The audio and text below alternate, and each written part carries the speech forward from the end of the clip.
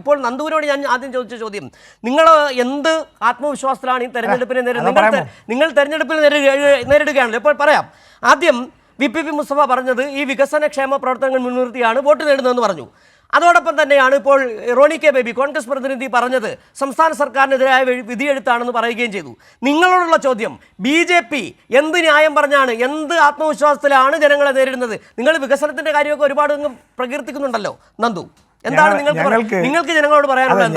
നിങ്ങൾക്ക് എന്തുകൊണ്ട് വോട്ട് ചെയ്യണം? അതെ, ഞങ്ങൾക്ക് തിരുവനന്തപുരത്തെ ജനങ്ങളോട് പറയാനുള്ള വികസന രേഖ CPMന്റെ ചെലവിൽ അച്ചടിച്ച് വിതരണം ചെയ്തിട്ടുണ്ട് തിരുവനന്തപുരത്ത്. കാരണം ഇതിനകത്ത് ഒരു പദ്ധതി പോലും, ഒരൊറ്റ പദ്ധതി, സിംഗിൾ പദ്ധതി പോലും, ഈ വികസന രേഖ മുഴുവൻ നിങ്ങൾ വായിച്ചാൽ ഒരു സിംഗിൾ പദ്ധതി പോലും LDFന്റെ 45 വർഷക്കാലം തിരുവനന്തപുരം ഭരിച്ച ഈ LDFന്റെ സർക്കാർ നടപ്പിലാക്കിയ ഒരു സിംഗിൾ പദ്ധതി പോലും ഈ വികസന രേഖയ്ക്കകത്തില്ല. ഈ വികസന രേഖ മുഴുവൻ ഞാൻ ഈ പറഞ്ഞ 2 ഡാഷ്ബോർഡിൽ നിന്ന് കിട്ടുന്ന കണക്കുകളുമായി നിങ്ങളൊന്ന് ക്രോസ് മാച്ച് ചെയ്ത് കഴിഞ്ഞാൽ ഇത് മുഴുവൻ കേന്ദ്ര സർക്കാർ പദ്ധതികളാണ്. ഞാൻ നേരത്തെ പറഞ്ഞല്ലോ, താങ്കൾ ചോദിച്ച ചോദ്യത്തിൻ്റെ മറുപടിയായി തന്നെ പറയാം, ഈ കേന്ദ്ര സർക്കാർ പദ്ധതികളൊന്നും ഔദാര്യമാണ് എന്ന് ഞങ്ങൾ ആരും ഒരിടത്തും പറഞ്ഞിട്ടില്ല. പക്ഷേ തിരുവനന്തപുരം നഗരത്തിന് ഇന്ന് വികസനത്തിൻ്റെ എന്തെങ്കിലും ഒരു കണിക എടുത്തു കാണിക്കാനുണ്ടെങ്കിൽ ആ എടുത്തു കാണിക്കാനുള്ള വികസനത്തിൻ്റെ കണിക കൊടുത്തിട്ടുള്ളത് നരേന്ദ്രമോദിയുടെ സർക്കാരും നരേന്ദ്രമോദിയുടെ സ്മാർട്ട് സിറ്റിയും നരേന്ദ്രമോദിയുടെ ജൽജീവൻ മിഷനും അടക്കമുള്ള കേന്ദ്ര പദ്ധതികളാണ്. അത്തരം കേന്ദ്ര പദ്ധതികൾ എഫക്റ്റീവായി നടത്താതെ, ഇതിൽ ഇപ്പോൾ ജൽജീവൻ മിഷനെ കുറിച്ച് ഇതിനകത്ത് എഴുതിയിട്ടുണ്ട്, ഈ ജൽജീവൻ മിഷൻ പല സ്ഥലത്തും ഇന്ന് നടപ്പിലാവുന്നില്ല. ഞാൻ പറഞ്ഞോട്ടെ, നിങ്ങൾ പദ്ധതിയെ ഈ പല പദ്ധതികളും ഈ ലൈഫ് മിഷൻ അടക്കം നിങ്ങൾ പറഞ്ഞ നിങ്ങളുടെ പദ്ധതിയാണ്. 70,000 കോടി രൂപ കൊടുത്തിട്ട് ഇവിടെ 4 ലക്ഷം രൂപ കൊടുത്ത് വീട് നിർമ്മിച്ചവരും നരേന്ദ്രമോദിയുടെ പടം വെക്കണമെന്ന് പറഞ്ഞ ആൾക്കാരാണല്ലോ നിങ്ങൾ. ഈ ഒരു മലയാളത്തിൽ പറയുന്ന ഉളുപ്പ് വേണമെന്ന് പറഞ്ഞൊരു സംഭവം ആരോടാണ് ചോദിക്കേണ്ടതെന്ന് ഞാൻ താങ്കളോട് പറയുന്നില്ല. കേരളത്തിലെ ജനസമൂഹം അത് തീരുമാനിക്കും. ഞാൻ അതുകൊണ്ടാണ് ഇതിങ്ങനെ ഡീറ്റെയിൽ ആയിട്ട് പറയാം. ഞാനൊരു കാര്യം പറയാം, ഇത് ഇത്തരം വ്യാജ ആരോപണങ്ങൾ നിങ്ങളിപ്പോൾ പറഞ്ഞല്ലോ, നരേന്ദ്രമോദി താങ്കളൊക്കെ കുറച്ചുകൂടി സീനിയർ ആയിട്ടുള്ള, കുറച്ചുകൂടി എന്നെക്കാൾ പക്വതയോടുകൂടി കാര്യങ്ങളെ കാണുന്നയാളാണെന്നാണ് ഞാൻ വിശ്വസിക്കുന്നത്. ദയവ് ചെയ്ത് ഇത്തരം ഈ ചില പോരാളി ഷാജിമാരുടെ ക്യാപ്സ്യൂൾ ടൈപ്പ് കാര്യങ്ങളൊന്നും താങ്കളെ പോലെയുള്ള ഉത്തരവാദിത്തപ്പെട്ട ഒരു മാധ്യമ പ്രവർത്തനം പറയരുത്. അങ്ങനെ ഒരു ഗവൺമെൻറ് ഓർഡർ ഉണ്ടോ എന്ന് ഞാൻ ചോദിച്ചാൽ അത് കാണിക്കാൻ താങ്കൾക്ക് സാധിക്കുമോ? ഇല്ല. എന്തിനാണ് വെറുതെ കള്ളം പറയുന്നത്? നമുക്ക് സീരിയസ് ആയി ഡിബേറ്റ് ചെയ്യാം. ഞാൻ ചോദിക്കട്ടെ, അത് നമുക്ക് ഈ പറയുന്ന കാര്യങ്ങൾ നിരവധി തവണ ചർച്ച ചെയ്ത് പോയതാണ്. എന്താണ് സംസ്ഥാന സർക്കാർ കൃത്യമായ നിലപാടെടുത്തു. നിങ്ങളുടെ നരേന്ദ്രമോദിയുടെ പടം വയ്ക്കാൻ ഞങ്ങളെ കൊണ്ടാകില്ല എന്ന് പറഞ്ഞ് അതാണ് ഞാൻ പറഞ്ഞത്. നിങ്ങളെ പോലെയുള്ള നന്ദുവിനെ പോലെയുള്ള നേതാക്കൾ, BJP നേതാക്കൾ വന്നിരുന്ന് പറയാറുണ്ട് ലൈഫ് മിഷൻ ഞങ്ങളുടെ പദ്ധതിയാണെന്ന്. എവിടെയാണ് നിങ്ങളുടെ പദ്ധതി? 70,000 രൂപ കൊടുത്ത് അതിൽ എത്ര 12 ലക്ഷം പേർക്ക്? മറുപടി പറയാം. നിൽക്കൂ, ഇതിനകത്ത് ഒരു വരി എഴുതി ചേർത്തിട്ടുണ്ട്. LIFE/PMAY പദ്ധതി പ്രകാരം കേരളത്തിൽ ഏറ്റവും അധികം ഗുണഭോക്താക്കളെ കണ്ടെത്തിയത് തിരുവനന്തപുരം നഗരസഭയാണ്. ഞാൻ എഴുതിയതല്ല, ബഹുമാനിയായ ആര്യ രാജേന്ദ്രൻ എഴുതിയ ഇതാണ്. ഞാൻ എഴുതിയതല്ല, അതാ തെളിവാണ്.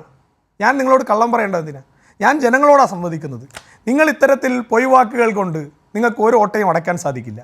ഇത്തരത്തിൽ ഞങ്ങൾ പറഞ്ഞല്ലോ, ഞങ്ങളിവിടെ ആകെ ചർച്ച ചെയ്യാൻ ആഗ്രഹിക്കുന്നത് ഈ നാട്ടിൽ വികസനം 45 വർഷക്കാലം ഈ നഗരസഭയും ഈ രാജ്യത്തെ നന്ദു, ഞാനൊരു കാര്യം പറയട്ടെ. നമ്മൾ ചർച്ചയ്ക്ക് വന്നപ്പോഴത്തേക്ക് ഞാൻ ചോദിച്ച ഒറ്റ ചോദ്യം, ആദ്യത്തെ ചോദ്യമാണ് ചോദിച്ചത്. നന്ദു ഇപ്പോഴും തിരുവനന്തപുരം നഗരസഭ പിടിച്ചു. ഞാൻ പറയട്ടെ, ചോദിക്കട്ടെ, നിങ്ങൾ കേരളത്തിലെ 943 പഞ്ചായത്തുകൾ, 14 ജില്ലാ പഞ്ചായത്തുകൾ, അതോടൊപ്പം തന്നെ ബ്ലോക്ക് പഞ്ചായത്തുകൾ, കോർപ്പറേഷനുകൾ ഉണ്ട്. ഈ ഇത്രയും സ്ഥലങ്ങളിൽ നിങ്ങൾ പറഞ്ഞുകൊണ്ടത് 25% വോട്ട് മേടിക്കുമെന്ന് പറഞ്ഞാണ്. നിങ്ങൾക്ക് ഒരു കാര്യം പറയാൻ കഴിഞ്ഞിട്ടുണ്ടോ? നിങ്ങൾ ഇന്ന കാര്യം കൊണ്ട് നിങ്ങൾക്ക് വോട്ട് ചെയ്യണമെന്ന് പറയാൻ നിങ്ങൾക്ക് കഴിയുന്നുണ്ടോ? നിങ്ങൾ നന്ദു തുടക്കം മുതൽ തിരുവനന്തപുരം നഗരസഭയിലെ സ്മാർട്ട് സിറ്റി പദ്ധതിക്ക് ഞാൻ പറഞ്ഞോട്ടെ, ജനറം എന്ന് പറഞ്ഞ പദ്ധതിക്ക് ബസ് കിട്ടിയ കാര്യങ്ങൾക്കൊക്കെ അറിയാം. അത് തിരുവനന്തപുരം നഗരസഭയ്ക്ക് മാത്രമല്ല, രാജ്യത്ത് എല്ലായിടത്തും കിട്ടിയതാണ്. അതിന്റെ പണം കൊടുത്തത് രാജ്യത്തെ ഓരോ പൗരനുമാണ്. ശ്രീ നന്ദു, നിങ്ങൾ എന്നോടൊരു ചോദ്യം ചോദിച്ചു. ഞാൻ ആ ചോദ്യത്തിൻ്റെ എൻ്റെ പോർഷൻ പറഞ്ഞു തുടങ്ങിയപ്പോൾ താങ്കൾ രണ്ടാമത്തെ സ്ട്രെച്ചിൽ ഇടപെട്ടു. മൂന്നാമത്തെ സ്ട്രെച്ചിൽ ഞാൻ പറഞ്ഞു തുടങ്ങുമ്പോൾ താങ്കൾ ഇടപെട്ടു. താങ്കൾ കുറച്ച് നേരം ഇരുന്നാൽ ഞാൻ എന്താണ് BJP ഈ തദ്ദേശ സ്വയംഭരണ തെരഞ്ഞെടുപ്പിൽ, അത് ഞാൻ ആദ്യം തന്നെ പറഞ്ഞു. ഞങ്ങളെ സംബന്ധിച്ചിടത്തോളം ഞങ്ങൾ ചർച്ച ചെയ്യാൻ ആഗ്രഹിക്കുന്നത് രാഷ്ട്രീയം എന്നുള്ളത് വികസനത്തിൻ്റെ രാഷ്ട്രീയമാണ്. അത് പക്ഷഭേദമില്ലാത്തൊരു രാഷ്ട്രീയമായിരിക്കണം, അത് കാര്യക്ഷമമായ രാഷ്ട്രീയമായിരിക്കണം. അത് വികസനം കൊടുക്കുമ്പോൾ അത് ഇന്നത്തേക്ക് എന്ത് എന്നുള്ളതല്ല, ഒരു 10-20 വർഷം കഴിയുമ്പോൾ നമ്മളെ സംസ്ഥാനം ഏത് നിലയിലേക്ക് വളരണം, അതിനൊരു കാഴ്ചപ്പാടുള്ള ഒരു ഭരണകൂടങ്ങൾ താഴെത്തട്ടിൽ പഞ്ചായത്ത് തലങ്ങളിൽ, ബ്ലോക്ക് പഞ്ചായത്ത് തലങ്ങളിൽ ഉണ്ടാവണം, അല്ലെങ്കിൽ നഗരസഭാ തലങ്ങളിൽ ഉണ്ടാവണം. അതിൻ്റെ ഞാൻ അത് പറയുമ്പോൾ LDF എന്ന് പറയുന്ന സംവിധാനത്തിൻ്റെ കഴിഞ്ഞ 45 വർഷം അവരൊരു ഉരുക്ക് കോട്ട പോലെ അവരുടെ കോട്ടയായി സംരക്ഷിച്ചു പിടിച്ച ഒരു നഗരസഭ, അതും തലസ്ഥാന നഗരസഭ, അവർ നടത്തിയിട്ടുള്ള പ്രവർത്തനങ്ങളും അവർ പറഞ്ഞിട്ടുള്ള ചില കാര്യങ്ങളും ഞാൻ ജനങ്ങളുടെ മുൻപാകെ ആദ്യം ഒരു സാമ്പിൾ എന്നുള്ള നിലയിൽ വെച്ചതാണ്. അല്ലാതെ ഞാൻ കേരളത്തിലെ മുഴുവൻ മറുപടി പറയില്ല തന്നെ പറഞ്ഞ ഉരുക്കുകോട്ട ഉണ്ടല്ലോ.